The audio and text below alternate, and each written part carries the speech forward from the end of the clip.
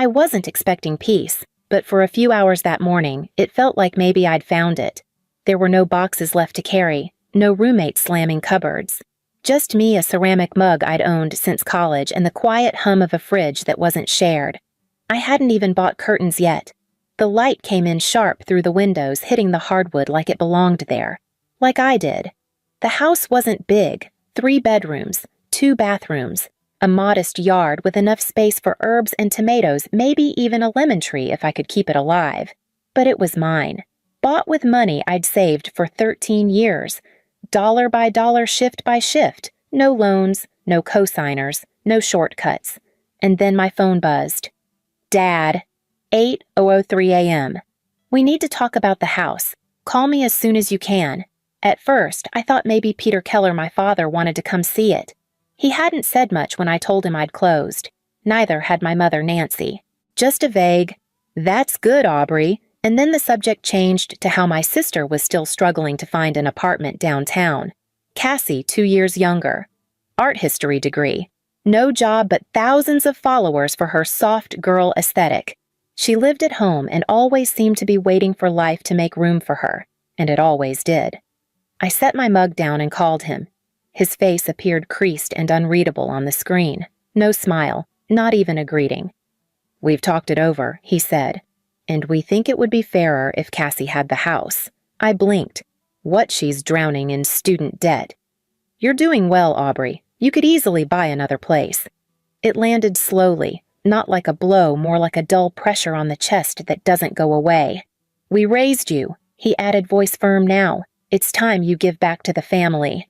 I didn't answer right away, just listened to my father breathing on the other end of the call. That steady, rhythmic inhale like he was bracing for me to argue. But I didn't. Not yet.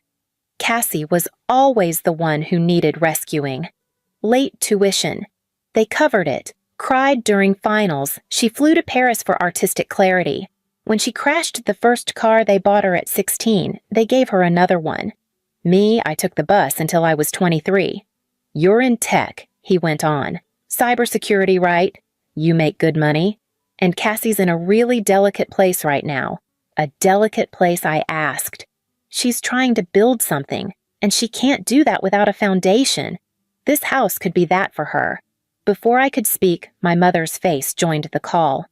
Nancy Keller, still in her robe, still with that soft tone that always made the worst things sound polite.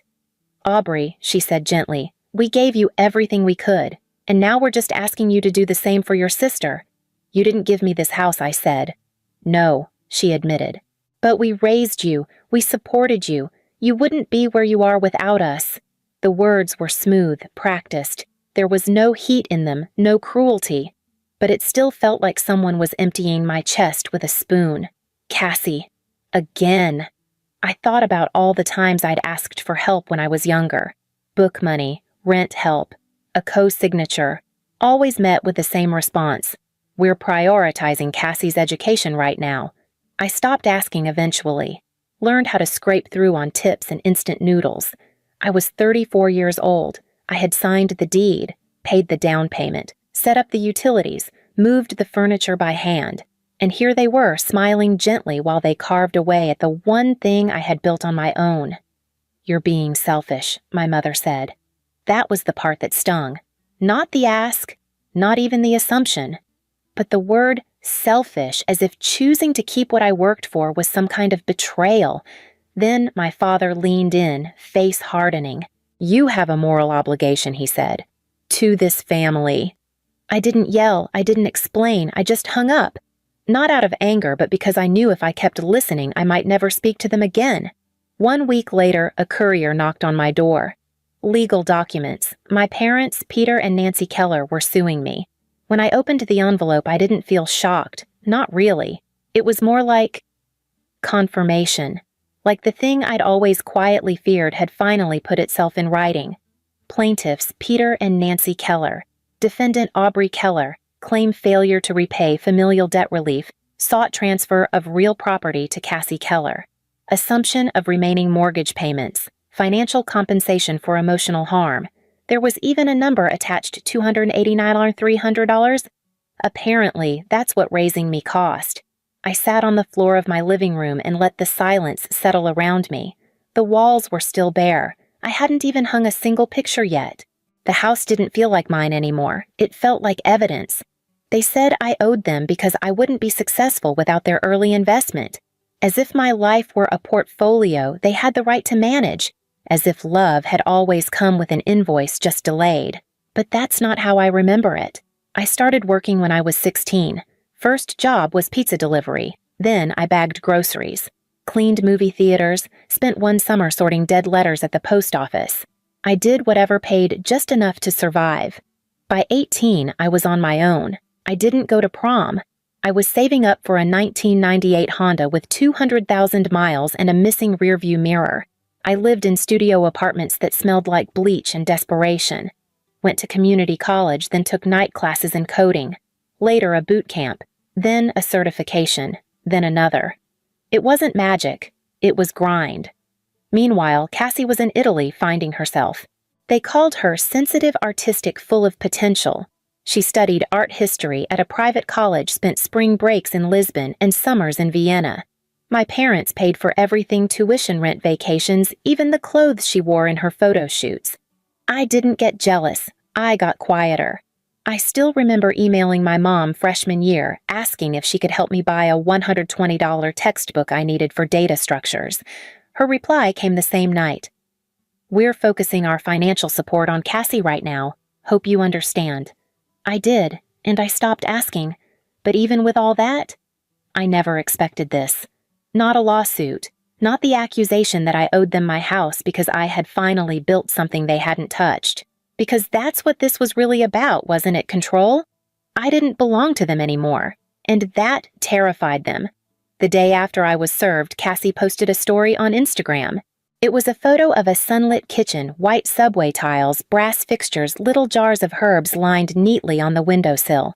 The caption read, "Can't wait to make this place a home. So grateful to my family for fighting for what's right." The image wasn't my kitchen. It wasn't even a real listing. I reverse searched it, Pinterest, but the comments poured in anyway.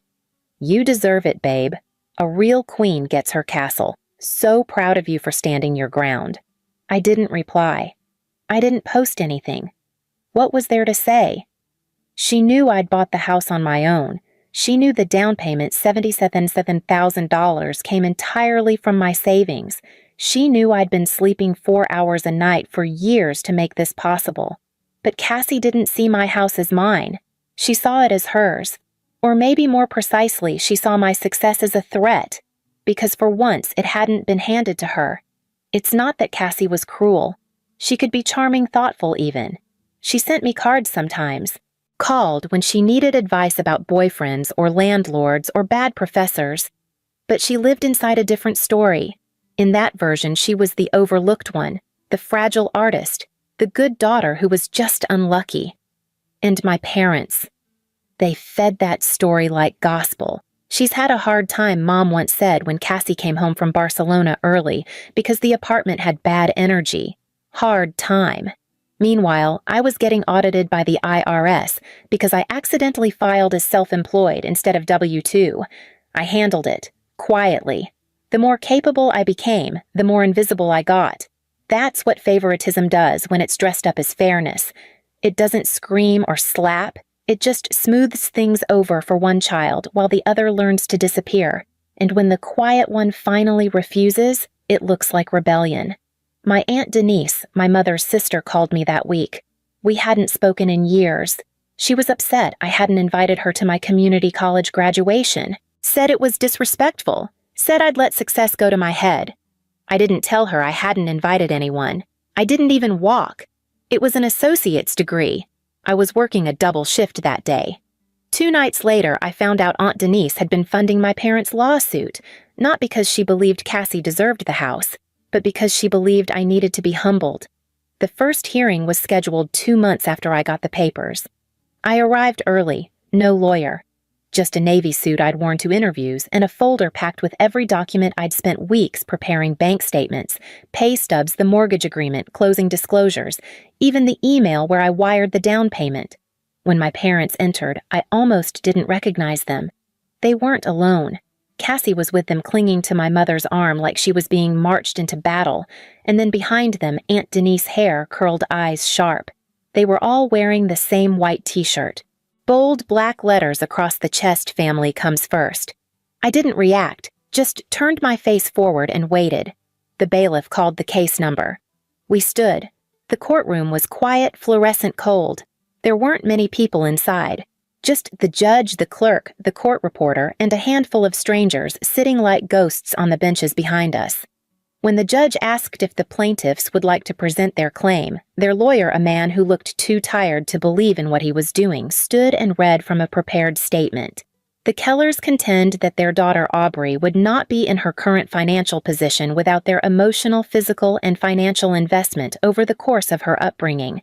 In recognition of this, and in light of Cassie Keller's current financial hardship, they believe the fair and moral solution is for Aubrey to transfer the home she recently purchased to Cassie, while continuing to service the mortgage during a transitional period of 2 years.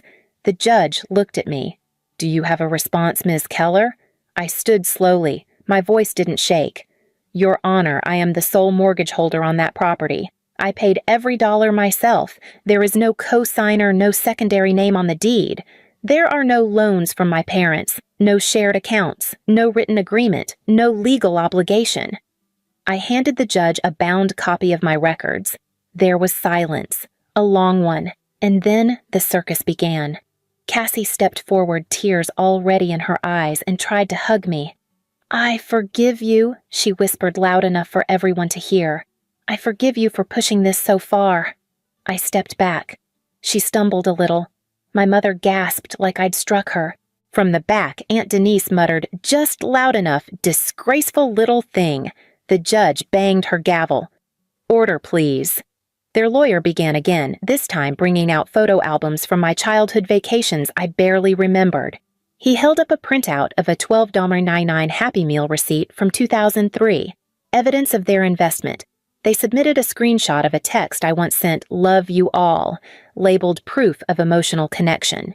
Cassie presented a proposal, an artist's retreat. She wanted to turn the house into a healing space for creatives like herself. The judge asked, "Have you earned income from this work?" Cassie hesitated, then smiled. "I'm a digital creator. I'm building my brand. These things take time." "And what is your current income?" the judge pressed. Cassie looked at my mother. My mother answered for her. "She's in a transitional phase." Then came the moment I didn't see coming. The judge turned to me. "Ms. Keller," she said, "is there anything else you'd like to submit?" I nodded. I handed over a small folder. Inside were emails from my college years, me asking for help with tuition, with books, with groceries. The reply was always the same. "We're focusing our support on Cassie right now." The judge read in silence. And when she looked up, she didn't say a word. She just leaned back in her chair, eyes scanning the room like she finally understood what this really was. 5 days later, the judge issued her ruling. Case dismissed. No legal merit. Just like that. No drama. No theatrics. Just a quiet line on official paper that told them what I had known all along. You cannot sue your child for walking away. But the silence didn't last. The day after the dismissal, I came home from work and checked the footage on my security cameras, something I'd installed after the first court summons, more out of instinct than fear. There she was, Cassie, standing near my car in the driveway, looking around like she was waiting for someone. She didn't do anything, just stood there, nervous, still, then walked away. 10 minutes later, Aunt Denise appeared. She moved slower, more deliberate. She carried a can of spray paint, but when my motion light flicked on, she paused, looked up, then turned and left. I filed a police report that night. The next morning, Cassie launched a GoFundMe Help Me Rebuild My Future after my sister stole my home. She used the same Pinterest kitchen photo from before, claimed I had manipulated the legal system and abandoned family values. My mother began posting in local Facebook groups calling me ungrateful, accusing me of tearing the family apart. Then came the text. Due to recent events, Aubrey will not be welcome at Thanksgiving until she makes things right. I didn't respond. I ordered Chinese takeout and watched a documentary about shipwrecks. A few days later, the group chat started to unravel. It was my cousin Rachel who said it first. You paid for Cassie's $200K education while I worked night shifts to afford community college. Now you want Aubrey's house too.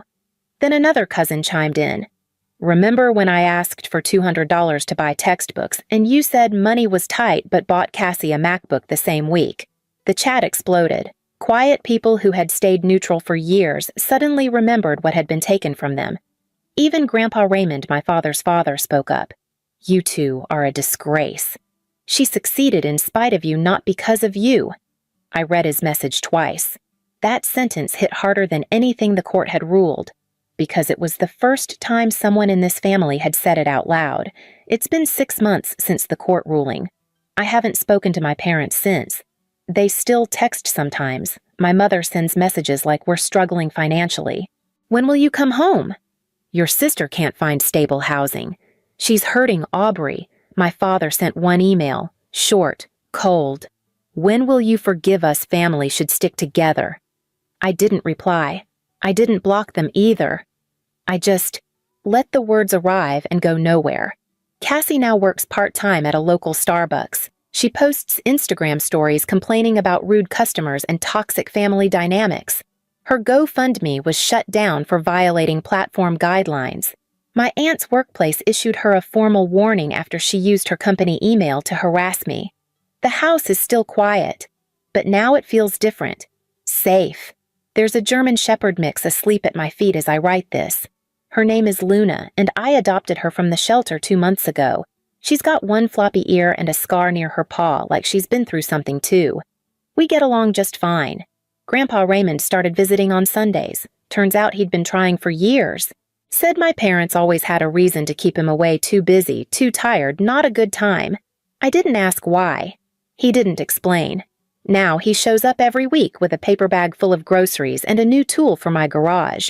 We eat simple food.